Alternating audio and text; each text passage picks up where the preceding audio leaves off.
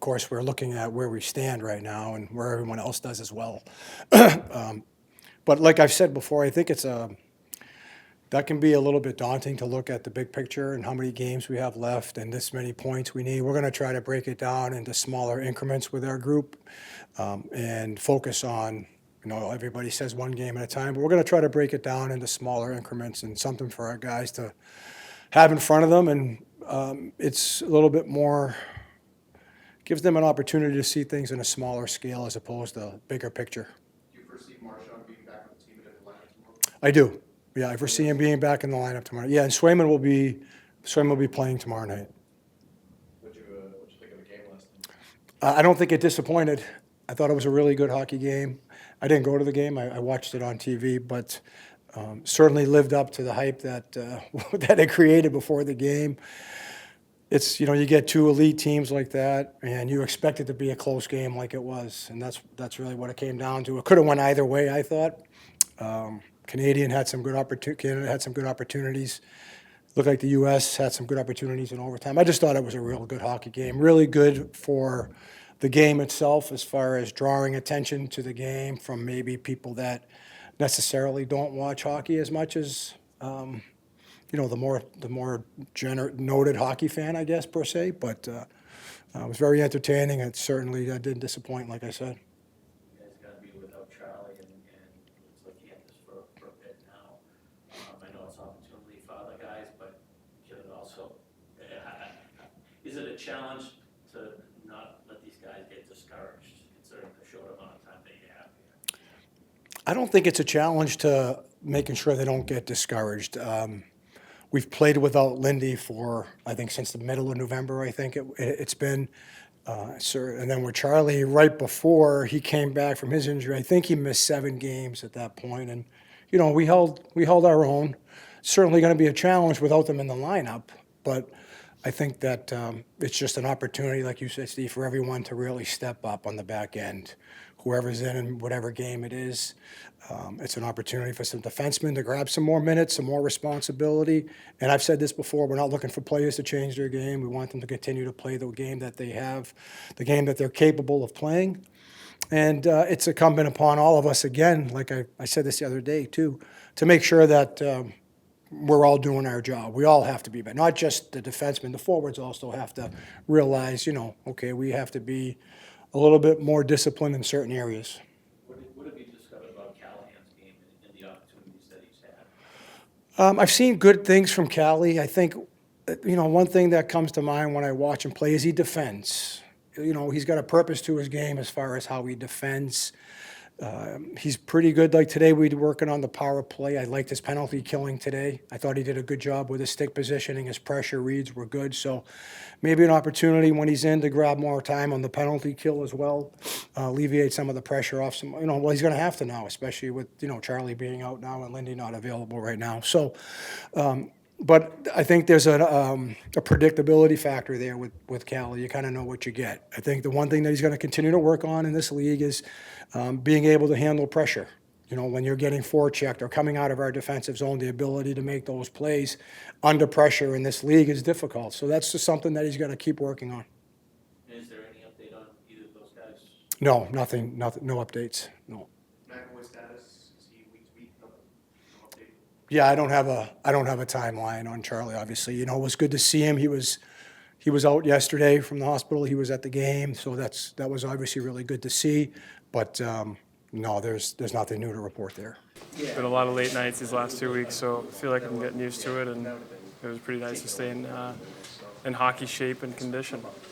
Jeremy, what was it like feeling the Garden that juiced for a hockey game again since last year's playoffs? Yeah, you named it. It was exactly like a playoff atmosphere, and that was what was so exciting about it. And obviously hearing the USA chants and just the camaraderie of these fans coming together from all over the world and loving the best sport in the world. So that was really special to be a part of, something I won't forget. See a level of hockey like that, does that give you hope for the sport, for the casual sports fan, to see that and say, hey, this is actually pretty cool, this hockey thing?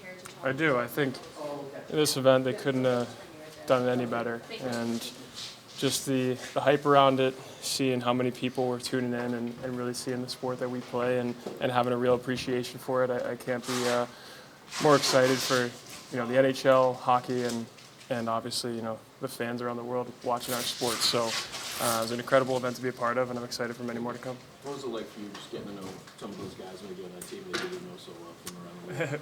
It was interesting. You want to hate these guys because they're so good at their craft, and not a bad guy in that room.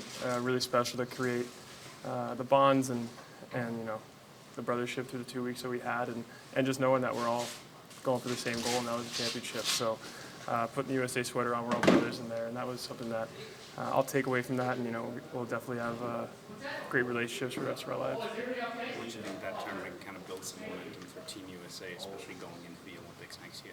A ton. And again, just the group that was put together, the staff, all the management and the players. It couldn't have been a better experience. And just seeing how far USA Hockey's come, I was laughing with some of the guys, what an opportunity to be alive in this era and to be pushing, to make some noise for USA Hockey, because it takes a lot of years to develop what we've developed, and it's our job now to take it over and really see it all the way through. So we know we have a goal in mind, and that's the Olympics now, and that's something that we're all going to be working for, and I know I will do whatever I can to help this team win. What are you expecting when Marshy gets back in this locker room? Are you bracing for any bragging, or is he kind of Yeah, just let it go? He's a true pro, and he was a big part of that team, and a ton of kudos to him, and he works so hard at his craft. So we're all really excited for him. But the other day, it was us against them, so it stings a lot. However, he's one of my guys and our guys in this locker room, so we're super excited to have him back, and I know that he's going to bring a lot of juice and push for the second half. Jeremy, what did it mean for you and guys in the room to have Charlie there lead the lineup? Yeah, he was a leader on that team, and he's a leader in here, and he's earned that. So it means a lot to all of us, and the fact that he was going through all that adversity and still managed to come and fight all of that stuff, it just shows how much he cares, and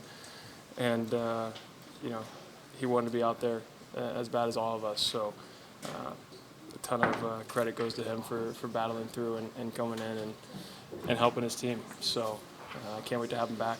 Were you worried, though?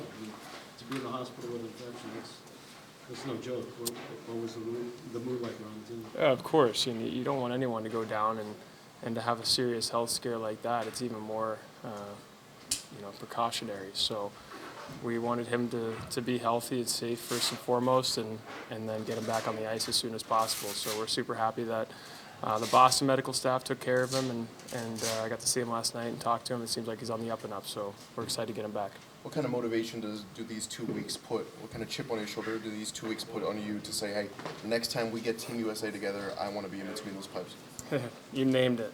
What a great statement by you. I think it couldn't have been a better 2 weeks of hockey. It's the best hockey I've ever been a part of, and it's only elevated my game. I know that what it takes now to be successful at that level, and it really was a different level of hockey, and that was something that I got to embrace every day.